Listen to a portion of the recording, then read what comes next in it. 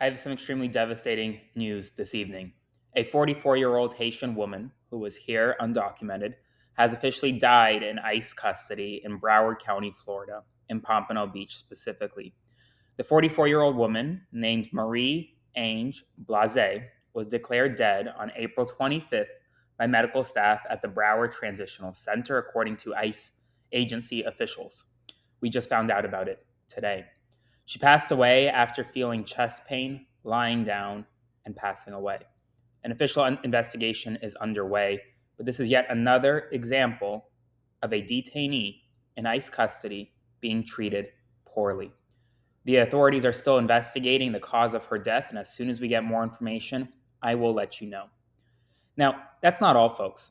Today, the Federal Election Commission, the independent agency responsible for enforcing federal campaign finance law, for adjudicating campaign finance violations, has been rendered functionally inoperative following the resignation of Republican Commissioner Alan Dickerson. Now, before I continue, a lot of folks have asked how you can support my work because it's not supported by big corporations or anyone like Paramount or CNN. It's supported just by you, the viewers and the readers. So please consider becoming a paid subscriber to my Substack by clicking the button below or supporting my work by sending a one-time donation via Venmo to Aaron-Parnas. Now, folks, Alan Dickerson's resignation has left the FEC with just 3 commissioners, one short of the 4-member quorum required to vote on enforcement actions, issue advisory opinions, or approve audit reports. And so the body that is responsible for investigating election violations is currently rendered inoperable.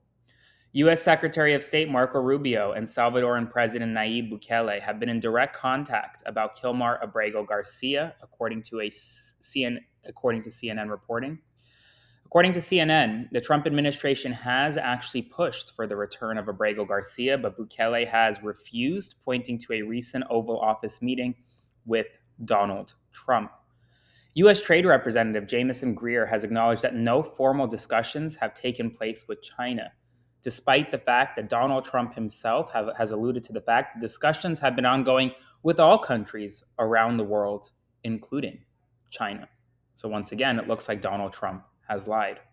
This evening, Vice President Kamala Harris is set to deliver a sharp criticism of Donald Trump in her first significant public address since stepping down from office. The speech is expected to strongly challenge his actions and policies over the first 100 days. This is her first major speech in the public limelight since really leaving the vice presidency.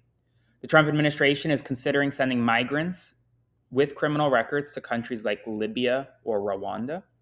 Republicans are considering raising taxes on companies that give large paychecks to their top executives, according to the Wall Street Journal. Today, conservative justices on the Supreme Court appear to be leaning towards backing a proposed Catholic charter school in Oklahoma. That would be a publicly funded Catholic charter school that receives public taxpayer dollars. In a revealing exclusive interview with Midas Touch today, New York Attorney General Letitia James has confirmed that her office is actively reviewing conduct by individuals on Wall Street for potential market manipulation, potentially in the context of market manipulation during tariffs. A federal judge today has ordered Mohsen Madawi to be released from federal custody weeks after DHS agents detained the Columbia student during his naturalization interview in Vermont.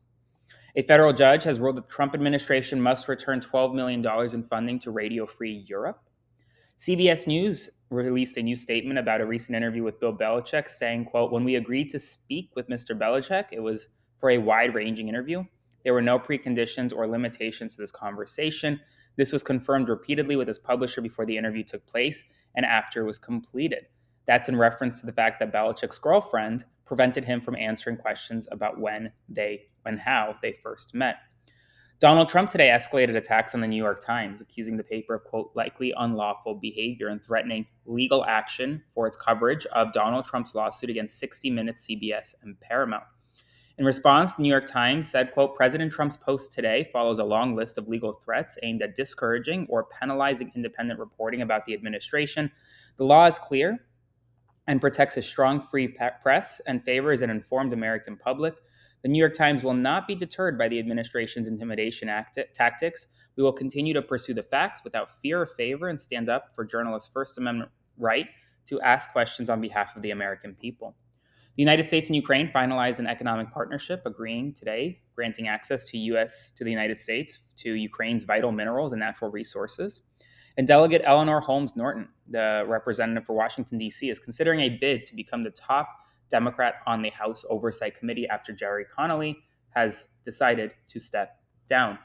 Folks, that's all the news right now. I'm sure there'll be more news tonight after Vice President Harris's speech, so stay tuned. I'll provide you updates every step of the way. If you want to support my work, click the button below and become a subscriber today, and I'll see you again this evening.